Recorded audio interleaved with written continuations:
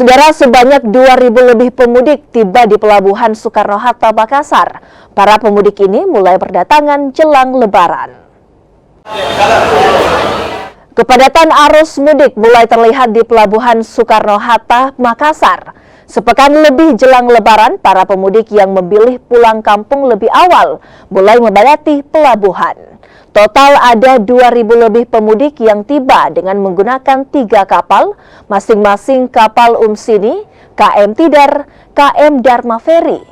Para pemudik ini masih didominasi oleh pemudik asal Bau-Bau, Tanjung Perak, Batu Licin, dan juga Maubere. Jumlah pemudik pun mulai meningkat jika dibandingkan tahun lalu. Petugas juga memprediksi lonjakan pemudik ini akan terjadi pada 5 hari jelang Lebaran. Untuk total hari ini